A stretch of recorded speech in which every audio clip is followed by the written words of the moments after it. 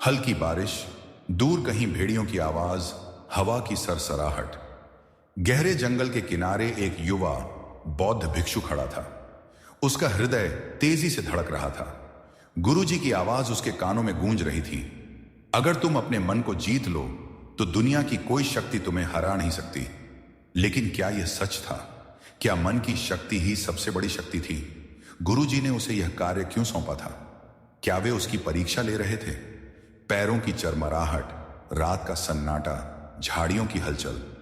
भिक्षु धीरे धीरे जंगल के अंदर बढ़ा।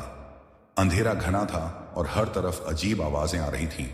अचानक कड़क किसी ने झाड़ियों में हलचल की। युवा भिक्षु डरते हुए, कौन है? उसका दिल जोर जोर से धड़कने लगा। लेकिन जब उसने ध्यान से देखा तो वह सिर्फ एक छोटा सा खरगोश था। भिक्षु गहरी सांस लेकर मुस्कुराया। डर सिर्फ हमारे मन का भ्रम होता है। यह गुरुजी का पहला पाठ था।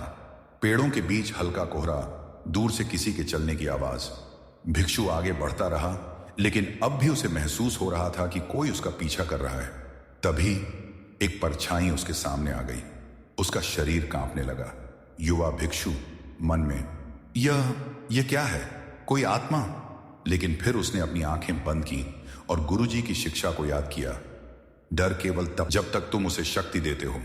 उसने गहरी सांस ली, आंखें खोली और परछाई की ओर बढ़ा। जैसे ही वह नजदीक पहुंचा, परछाई एक सामान्य वृक्ष की शाखा निकली। युवा भिक्षु हंस पड़ा। मैं पूरे समय अपने ही डर से भाग रहा था। विजय और बोध भिक्षु मठ के द्वार पर पहुंचता है। मंदिर की घंटियों की आवाज। जब भिक्षु मठ पहुंचा तो वहां के गुरुजी ने मुस्कुराकर पूछा, तो सफर कैसा रहा? युवा भिक्षु अब पूरी तरह से बदल चुका था। उसने सिर झुकाया और कहा, गुरुजी, सबसे बड़ा शत्रु बाहर नहीं, हमारे मन के भीतर होता है। गुरुजी संतोष से मुस्कुराए। अब तुम समझ गए हो। अंतिम संदेश, दर्शकों के लिए प्रेरणा।